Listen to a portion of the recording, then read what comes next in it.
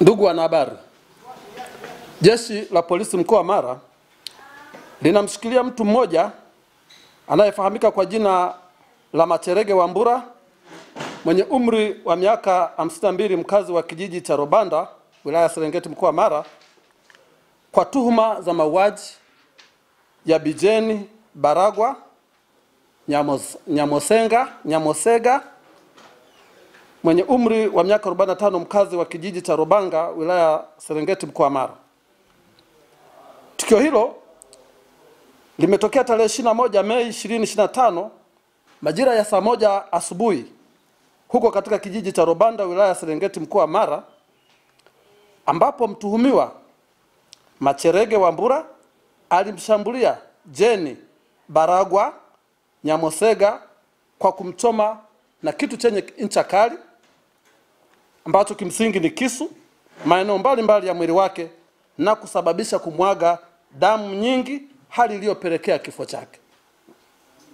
Ifahamike kwamba uchunguzi wa jambo hili ulifanyika ambao ni uchunguzi wa awali, na katika uchunguzi huu wa awali imebainika kuwa chanzo cha tukio hilo ni wivu wa kimapenzi, ambapo mtuhumiwa na marehemu walikuwa na uhusiano wa kimapenzi na waliachana baada ya uhusiano wao kudumu kwa muda kadhaa, na hii ilitokana na marehemu kubaini kuwa mtuhumiwa alikuwa anajihusisha na vitendo vya kihalifu, hususan wizi na ujangili.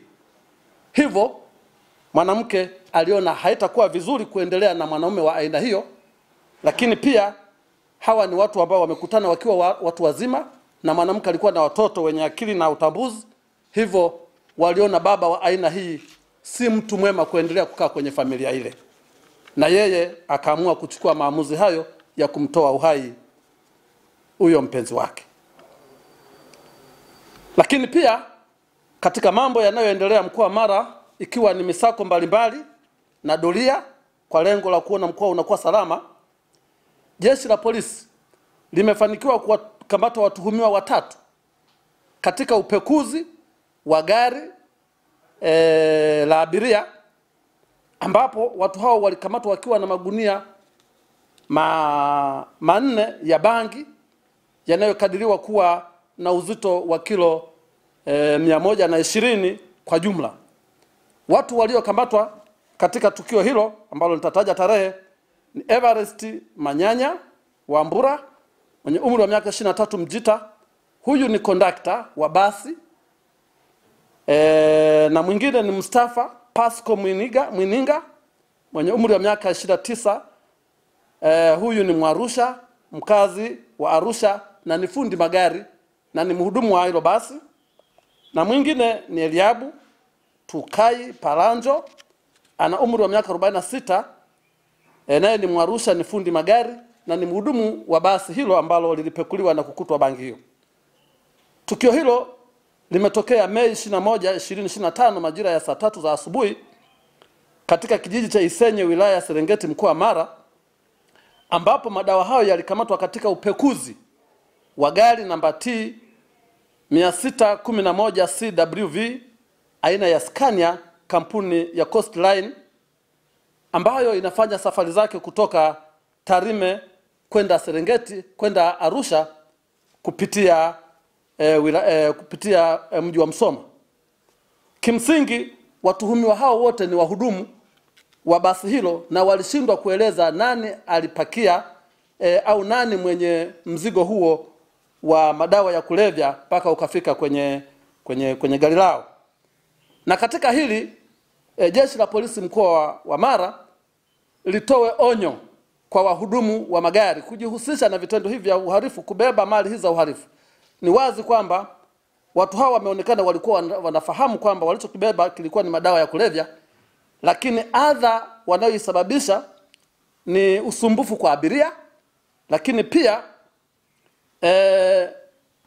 gari hili linaweza kutumika kama kielelezo, na hatimaye sasa mmiliki wa basi hili anakuja kutaabika kwa uwekezaji aliouweka, kwa sababu gari hili litaanza kukaa kituo cha polisi na pengine linaweza kuja kutaifishwa. Kwa hiyo ni onyo na ni elimu kwao waone madhara yanayoweza kutokana na usafirishaji wa madawa ya kulevya hususan kwenye magari haya ya abiria.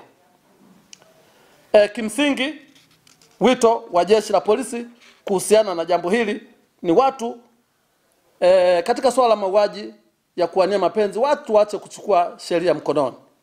Zipo taratibu, yapo madawati ya jinsia na watoto, lakini kuna taasisi mbalimbali zinazoshughulikia kutoa ushauri na saha kwa watu wanaopata changamoto kama hizi. Kwa hiyo wasichukulia sheria mkononi, kwa sababu madhara yanayotokana na hii swala la kujichukulia sheria mkononi ni makubwa, na watu hawa baada ya kufanya matukio haya hawezi kubaki salama. Unaona kama hivi huyu ameshakamatwa na yeye ataenda kutumikia mkondo huu wa sheria.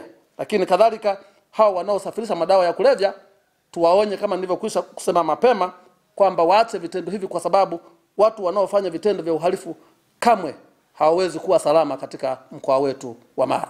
Asanteni sana kwa kunisikiliza. East African Spirits Company Limited ni kampuni inayojihusisha na uzalishaji wa pombe kali na bia. Kampuni hii ilianza mnamo 2018 ambapo ilianza na line ya plastiki. Tulianza uzalishaji wa bidhaa yetu inayoitwa Diamond Rock. 2019 tukaanzisha line yetu ya line ya glasi ambao tunazalisha bidhaa yetu pendwa Hanson's Choice. 2023 ndipo tulipoanza ku blend na ku manufacture beers zikiwa ni Hanson's Light, Goldberg, Basembi ambayo imeunga mwaka 2024 na Hanson's Dry iliyoanza uzalishaji mwaka 2025. Bidhaa zetu ni bora, salama, zimethibitishwa na TBS, lakini pia zina key element au niseme ni zina sifa kuu ya kutokuwa na hangover, kutokuwa na harufu mbaya, na pia zina bei nafuu kwa kila Mtanzania.